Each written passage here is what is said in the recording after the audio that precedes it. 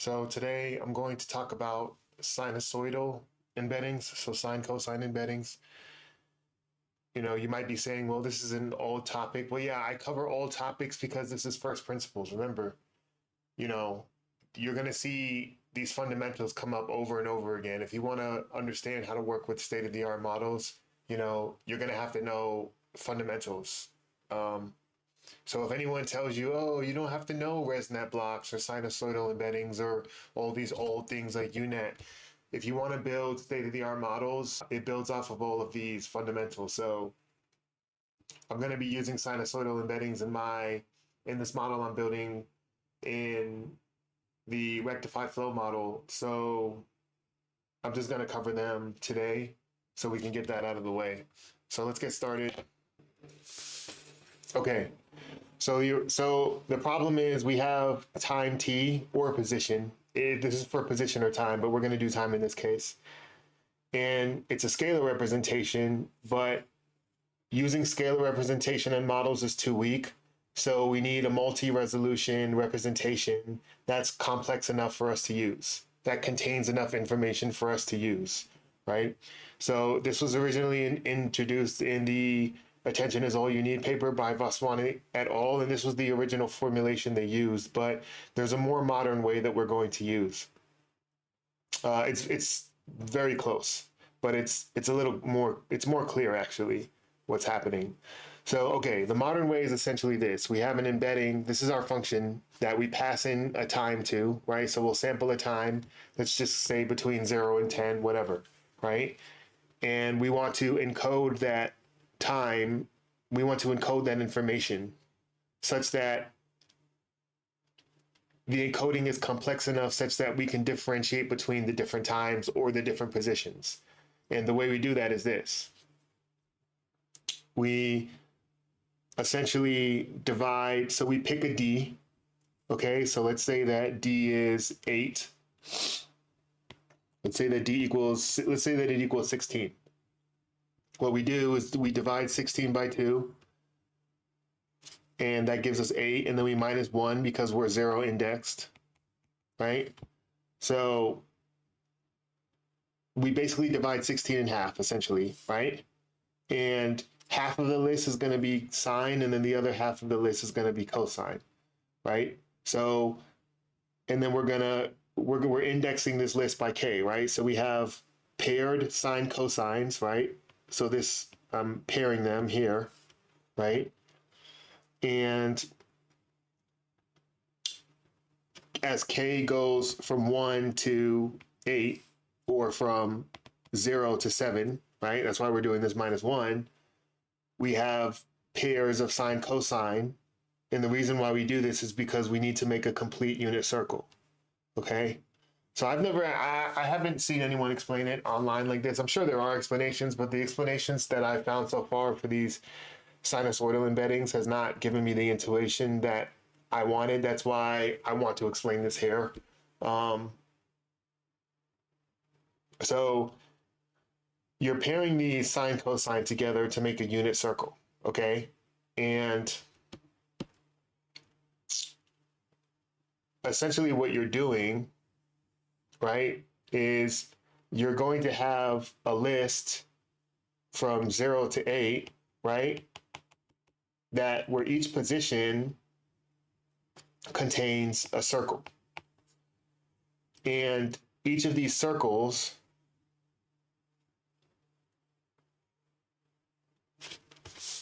so we can draw this out here. So let's say D equals 16.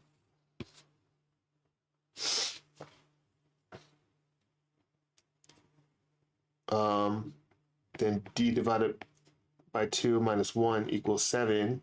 So we're going to have a list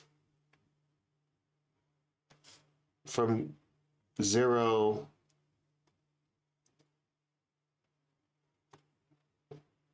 1, 2, 3, 4, 5, 6, 7. It's not perfect, but it's good enough. So we have 8 spaces, 1, 2, 3, 4, 5, 6, 7, 8. We have 8, and we're going to have 8 unit circles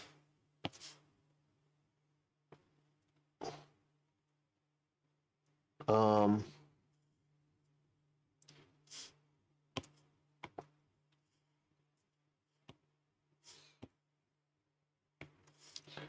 we're going to have a unit circle in each of these spaces.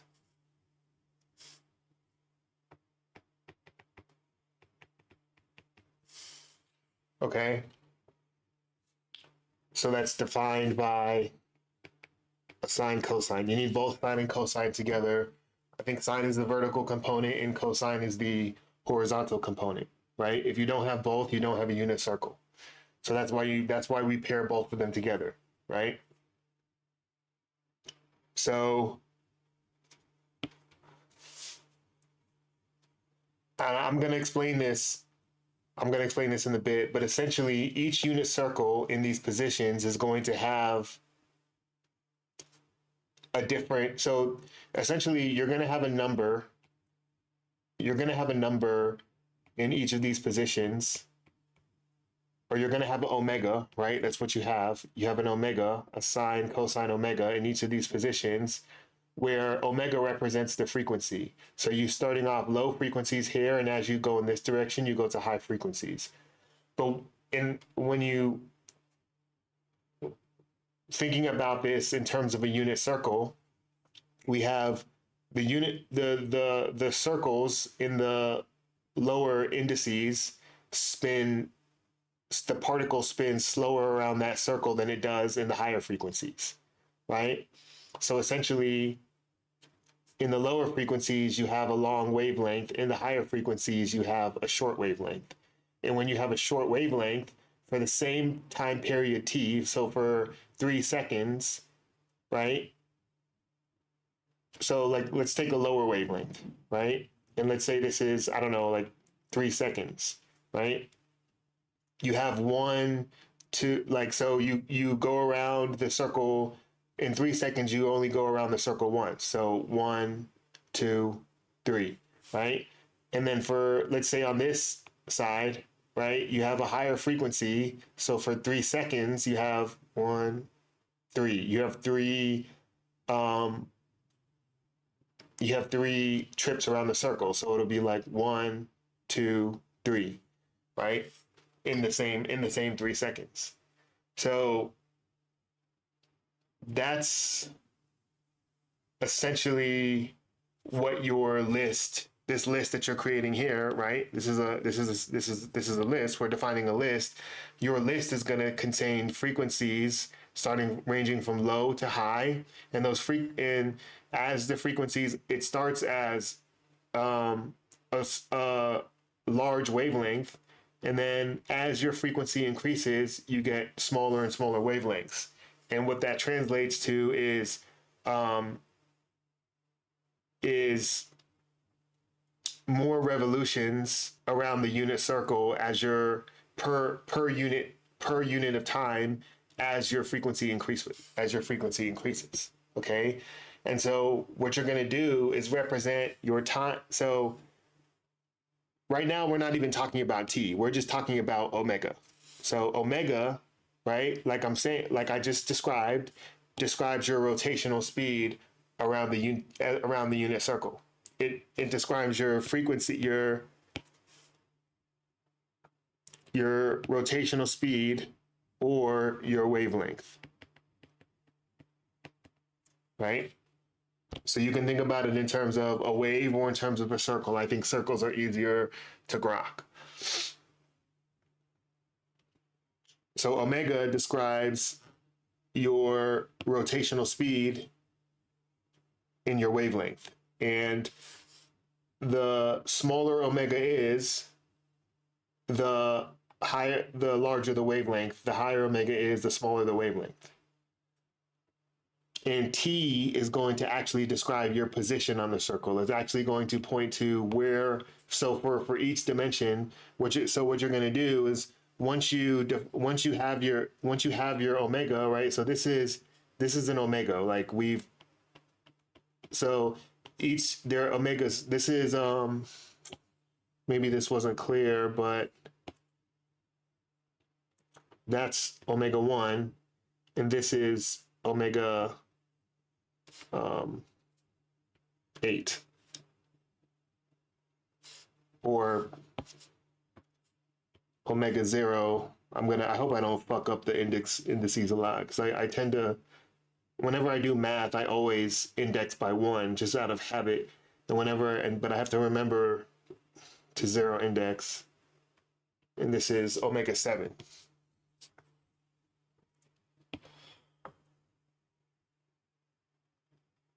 Okay. So now let's define omega. I guess maybe I should have done that first, but I don't know. I just wanted to give you a sense of what omega actually was before, just graphically. So this is omega.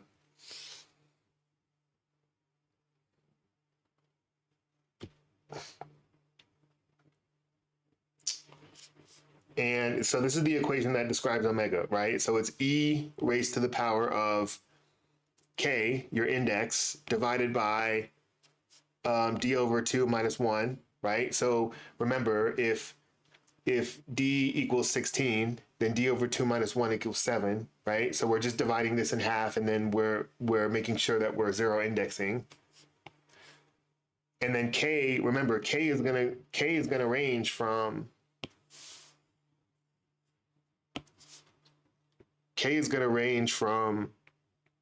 0 to d over 2 minus 1, right? So you can see we have this log 10,000 here, so we're log scaling. The reason, and I'll explain why we're log scaling in a bit, but for right now, just imagine we have this unit here. This is the weight for the unit. This is going to chop our unit into pieces. That's how we chop our unit into pieces, right? And so this is how we chop our unit into pieces, and it does that essentially by, so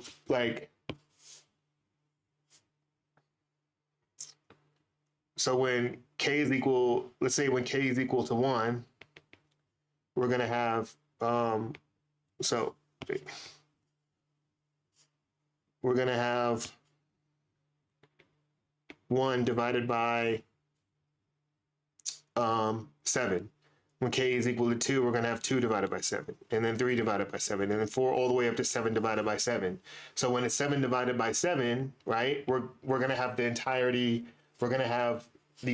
of this number here, right? So we're just weighting this number into pieces. We're just dividing it into 7 chunks, and then depending on what our weight is here, we're going to get more and more of the chunks of this.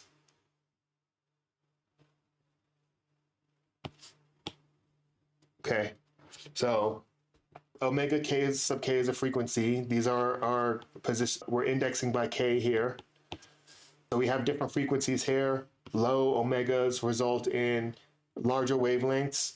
High omegas result in smaller wavelengths.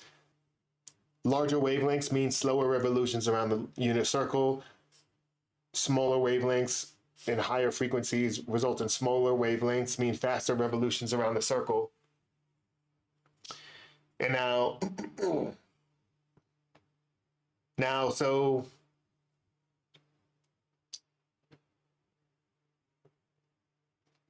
okay.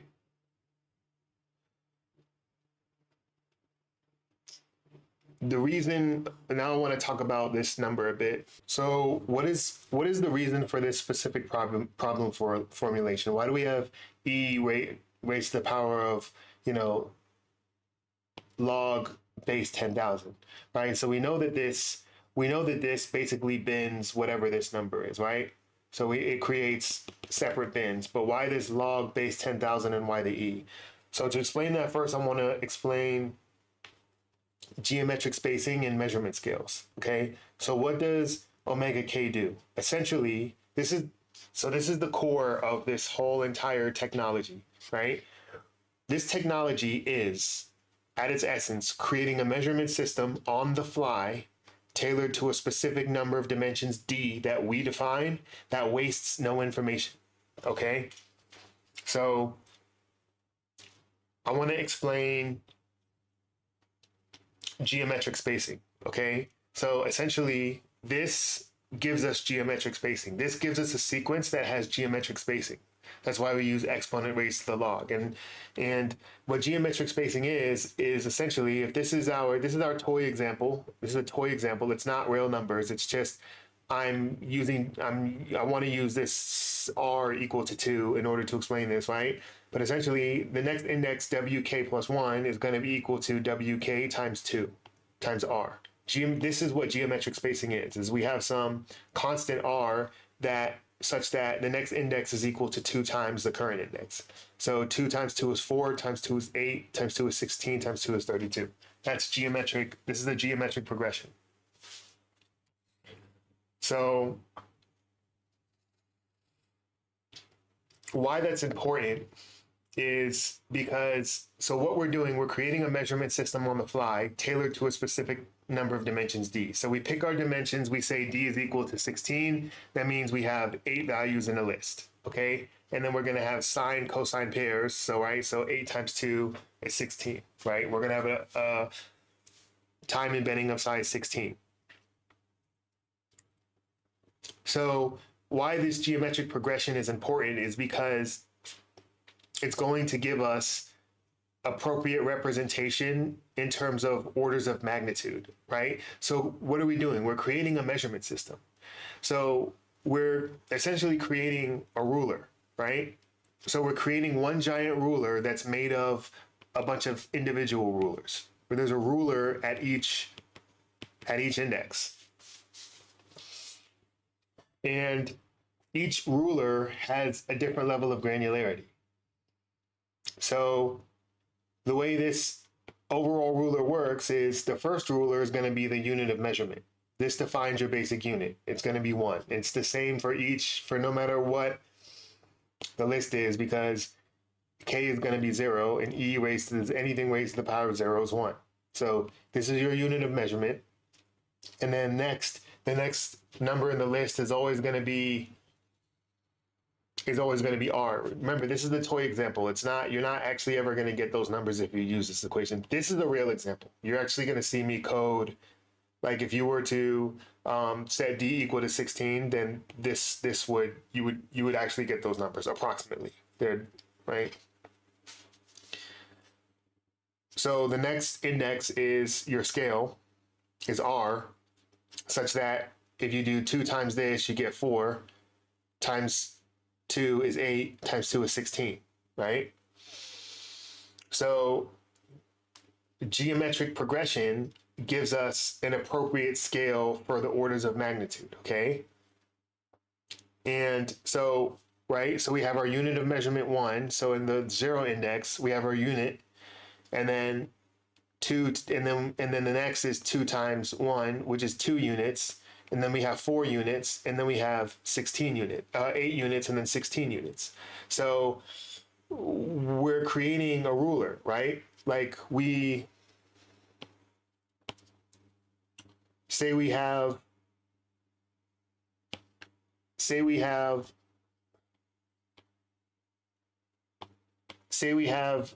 these 3 objects, and we have this ruler. This is our unit. We start off with our unit. We're trying to create a measurement system. We're saying we want to measure these 3 objects. We're trying to create an efficient measurement system that doesn't waste any information. So the way we do our measurement is we say we round up to the nearest number, right? Round up or round down doesn't matter. It's still the same, but let's round up for this one. Rounding up or rounding down is still wasting information. You're literally rounding, that means you're missing granularity, right? So this is 1, 2. This is 1, 2. This is 1, 2. So they all fall in the same bucket. So is this an accurate measurement system? No. You have 3 objects of 3 different sizes that are all labeled to be the same size. Okay, so we say, well, then we look at this, we say, well, let's jump up a scale. Then you ask yourself, well, what's the scale you jump up? The geometric progression tells you the way to jump up in scale such that you don't waste any information. That's the beauty of it, right? So you say, okay, we jump up in scale, so we divide by 2. In this case, you're multiplying by 2, but dividing by 2, it's the same thing, right? It's just the inverse, right? So it's just an example I'm giving you, right? So now we say, okay, what's the size of this? This is 1, 2, 3, right? This is 1, 2, 3. Okay. This is 1, 2, 3, 4. So now, at least now these are labeled the same size and this is not. So now it's a little bit better. So now we're like, okay, we know that these are different sizes, but we need to create a more efficient system of measurement. So we say boom and boom, okay? And we keep doing this until we can measure things properly. That's what it means to create a measurement system on the fly. But the creators, the researchers, decided that 10,000 is enough granularity such that you're going to be able to discern between any t's, any times that you pass in, right? So, okay, so we know how to jump up in scale, and we also know the maximum, granularity that we need. Also, remember, these are each rulers of different granularity, and where the max granularity is 10,000. But now we can switch back to our system where we're not using rulers, we're using clocks, right? We're using unit circles. We're just going to call them clocks. We're going to go run one rotation around the clock, right? This level of granularity is, we can say it's unit time. So we'll just say for this example is, for 1 unit of time, that's 1 rotation around the circle. 1 unit of time, 2 rotations around the circle per unit of time. 4 rotations around the circle per unit of time. 8, 16, right? That's how we granulate,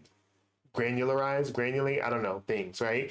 It's not in terms of, a ruler. It's in terms of how big is your wavelength? How many oscillations? What's your speed around the clock, right? So, because remember, we're going to multiply, once we have each of our omegas, we're going to multiply it by t, right? And then t's, it's like Jeopardy. It's like you spin the Jeopardy wheel and it just keeps going around and around until it lands on a number. That's what happens when you multiply by t. It actually, once you multiply by t, it spins and it lands on a number. So this is going to spin and land on a number, spin and land on a number. And you can think of like the Jeopardy wheel where like the granularity is going to determine the amount of friction on the wheel. So the lower the frequencies is like a ton of friction on the wheel. It spins, you can spin it and it spins really slowly and it lands on a number. The higher the frequency, the less friction on the wheel there is. You hit it and it just spins like crazy, right? And then it lands on a number. So that's our ruler. It's clocks of different rotational speeds per unit time, such that when you multiply by a t, they spin and they land on a number in such a way that allows the model to discern between t equals 1, t equals 2, all the way up to some however many number t's you're passing, right? And the researchers said that 10,000 should be good enough for almost every use case, right? I'm sure you could tweak this if you wanted to. So, okay.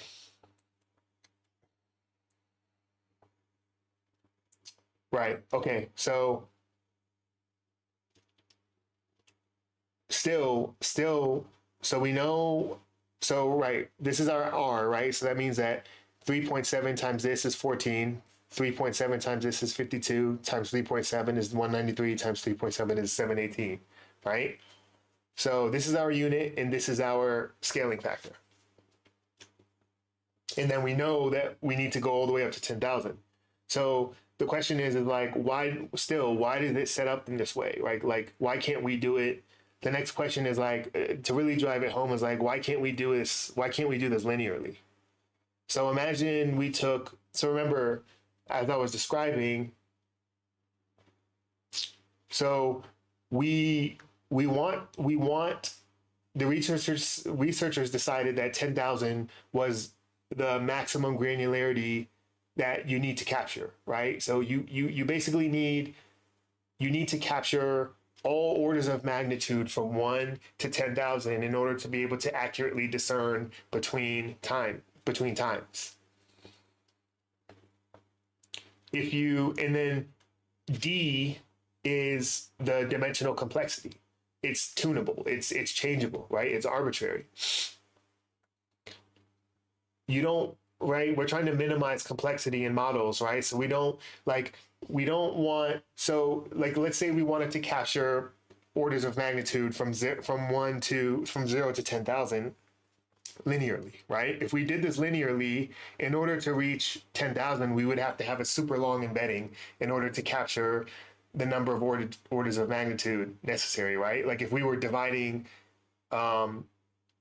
if we pick a number D, or sorry, if we want to capture all orders of magnitude from 0 to 10,000, we'd have to have a really long embedding, right? That's too much dimensional complexity. But then if we decrease D, right? Then if we're linearly scaling from 0 to 10,000, right? That means that we wouldn't be able to, right? So for D, a smaller D, right? Let's say D is equal to 16, so this is of size 8. If we linearly scale from 0 to 10,000, right? So these are equal bins. There's like this minus this. This minus this is the same as this minus this. And it's the same as this minus this, right? You can see that we don't have enough representation of orders of magnitude. We have all of these are in the thousands in terms of orders of magnitude. We have 1 in the ones and 1 in the 10,000, right? So all of our probability mass is centralized around this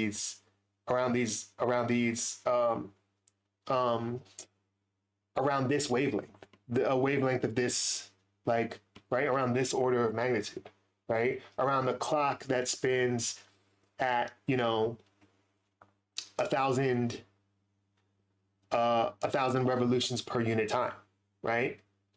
And you only have one clock that spins at 1 revolution per unit time and one clock that spins at 10,000 revolutions per unit time. I'm just making up a number. I'm just trying to give you a normalizing factor, right? So what happens when we try to use this embedding? We try to use these omegas. So these are our omegas, right? What happens when we try to use these omegas to actually create time embedding? So then t equals 1, we multiply by all, and then we multiply t equals 2 by all of these to create our embedding, right? What you're going to have is a bunch of embeddings that are described by these majority blue, like,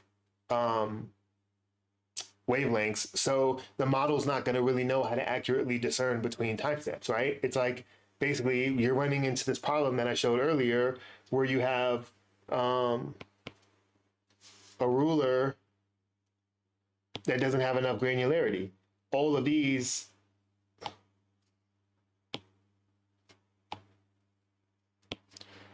are going to be put in the same bin. It's not an efficient measurement system. So linear scaling is not an efficient measurement system. It doesn't have enough granularity for the model that's using these embeddings to be able to accurately discern between positions. All of your probability mass is gathered around the same, like 1 or 2 orders of magnitude, right? So that's the beauty of this specific formulation, right? Is that so this is this right here, right?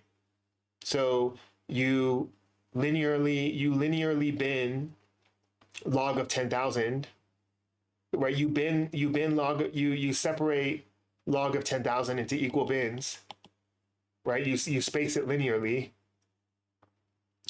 and then you hit it. You exponentiate this entire tensor to reclaim the original orders of magnitude. So now you have 2 representations of the ones, 2 representation of tens, 2 representations of hundreds, 1 representation of 1,000, and then 1 representation of 10,000.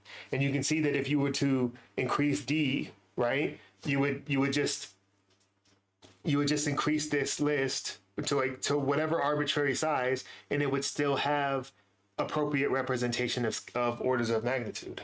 It would have an appropriate representation of rulers or an appropriate representation of clock frequencies. That's the beauty. That's the beauty of this technology. It's incredibly elegant. It's brilliant. When I first grokked what was happening, I mean, it's just like I was like, I don't understand how people come up with these things. Honestly, like this is yeah. Anyways, that's it. That's timestep embeddings. I hope I really hope that gave you the clarity to really use these things moving forward. I'm gonna code these up next, and that should really drive it home. You will literally see. I will show you. I will use the example I will use has these numbers exactly, right? I'm gonna set D equal to 16, and divided by 2 is gonna create, right, an embedding of size 8, and it's going to have these numbers exactly, and then I'm going to say sine of this and then cosine of this, and I'm going to create an embedding of size 16. I'm just going to concatenate those 2 tensors, and it's going to create an embedding of size 16, and you're going to see the exact numbers. Okay, yeah, thanks for watching.